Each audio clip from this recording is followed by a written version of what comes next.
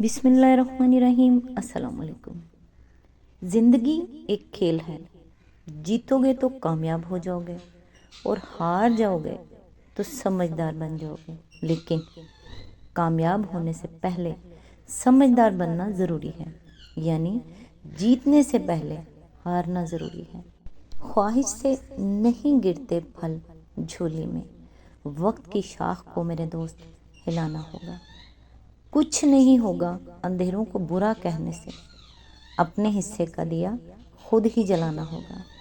آج انشاءاللہ سورہ الکافرون کی آیت نمبر 1 سے سٹارٹ کریں گے۔ اس کا ترجمہ اور تفسیر تفہیم القرآن سے بیان کروں گی جو اہل سنت جماعت کے لیے ہے۔ سورہ کافرون قرآن مجید کی ایک عظیم مکی سورت ہے جو 30ویں پارے میں ہے۔ اس سورت میں 6 آیات ہیں اور اس کا مرکزی مضمون توحید، اخلاص، عبادت اور کفار سے بیزاری کا اعلان ہے۔ یہ سورت اس وقت نازل ہوئی جب کفار مکہ نے نبی کریم صلی اللہ علیہ وآلہ وسلم کو یہ پیشکش کی کہ 1 سال وہ اللہ کی عبادت کریں گے اور 1 سال آپ ان کے معبودوں کی عبادت کریں، تو اس پر اللہ تعالیٰ نے یہ سورت نازل فرما کر واضح کر دیا کہ دین اسلام میں شرک کی کوئی گنجائش نہیں اور حق و باطل میں کبھی سمجھوتا نہیں ہو سکتا۔ اس صورت میں مسلمانوں کو یہ تعلیم دی گئی ہے کہ وہ اپنے عقیدے پر مضبوطی سے قائم رہیں اور صرف اللہ تعالیٰ ہی کی عبادت کریں۔ سورۃ کافرون اس بات کا اعلان ہے کہ اسلام خالص توحید کا دین ہے اور مسلمان ہر قسم کے باطل عقائد سے الگ ہیں۔ اس صورت کے ذریعے اخلاص، استقامت اور دین پر ثابت قدم رہنے کا درس ملتا ہے۔ یہ صورت ایمان کی پختگی، عقیدے کی حفاظت اور اللہ پر کامل بھروسے کا پیغام دیتی ہے۔ تو آئیے سٹارٹ کرتے ہیں سورہ کافرون کی آیت نمبر 1 سے۔ اعوذ باللہ من الشیطان الرجیم، بسم اللہ الرحمن الرحیم۔ کہہ دو کہ اے کافرو۔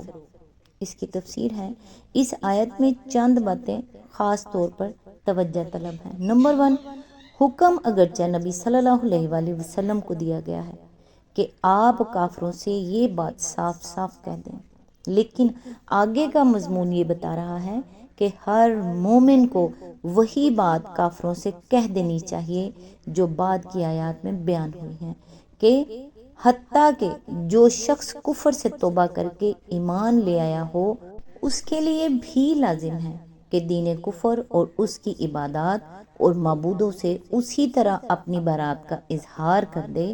پس لفظ کل کہہ دو کہ اولین مخاطب تو رسول اللہ صلی اللہ علیہ وآلہ وسلم ہی ہیں، مگر حکم حضور صلی اللہ علیہ وآلہ وسلم کے لیے خاص نہیں ہے، بلکہ آپ کے واسطے سے ہر مومن کو پہنچتا ہے۔ نمبر 2، کافر کا لفظ کوئی گالی نہیں ہے جو اس آیت کے مخاطبوں کو دی گئی ہو، بلکہ عربی زبان میں کافر کے معنی انکار کرنے والے اور نہ ماننے والے یعنی ان بلیور کے ہیں، اور اس کے مقابلے میں مومن کا لفظ مان لینے اور تسلیم کر لینے والے یعنی بلیور کے لیے بولا جاتا ہے۔ لہٰذا اللہ کے حکم سے نبی صلی اللہ علیہ وآلہ وسلم کا یہ فرمانا کہ اے کافرو، دراصل اس معنی میں ہے کہ اے وہ لوگوں جنہوں نے میری رسالت اور میری لائی ہوئی تعلیم کو ماننے سے انکار کیا ہے، اور اسی طرح ایک مومن جب یہ لفظ کہے گا تو اس کی مراد محمد صلی اللہ علیہ وآلہ وسلم پر ایمان نہ لانے والے ہوں گے۔ نمبر 3، اے کافروں کہا ہے، اے مشرکو نہیں کہا، اس لیے مخاطب صرف مشرکین ہی نہیں ہیں بلکہ وہ سب لوگ ہیں جو محمد صلی اللہ علیہ وآلہ وسلم کو اللہ تعالیٰ کا رسول اور آپ صلی اللہ علیہ وآلہ وسلم کی لائی ہوئی تعلیم و ہدایت کو اللہ جل شان کی ہدایت اور تعلیم نہیں مانتے، خواہ وہ یہودی ہوں، نصارہ ہوں، مجوسی ہوں یا دنیا بھر کے کفار و مشرکین اور ملحدہ ہوں۔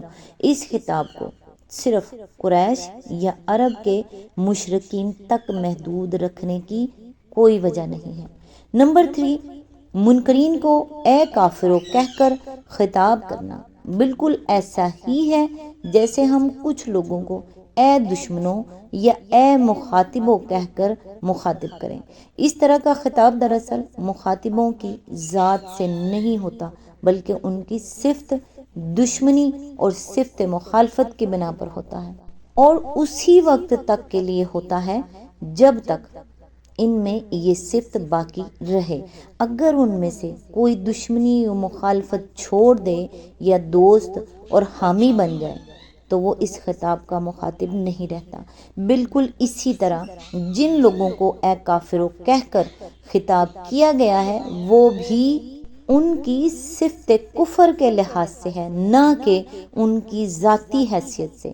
ان میں سے جو شخص مرتے دم تک کافر رہے اس کے لیے تو یہ خطاب دائمی ہوگا، لیکن جو شخص ایمان لے آئے وہ اس کا مخاطب نہ رہے گا۔ نمبر 5، مفسرین میں سے بہت سے بزرگوں نے یہ رائے ظاہر کی ہے کہ اس صورت میں اے کافروں کا خطاب قریش کے صرف ان چند مخصوص لوگوں سے تھا جو رسول اللہ صلی اللہ علیہ وآلہ وسلم کے پاس دین کے معاملے میں مصالحت کی تجویزیں لے کر آ رہے تھے، اور جن کے متعلق اللہ تعالیٰ نے اپنے رسول صلی اللہ علیہ وآلہ وسلم کو بتا دیا تھا کہ یہ ایمان لانے والے نہیں ہیں۔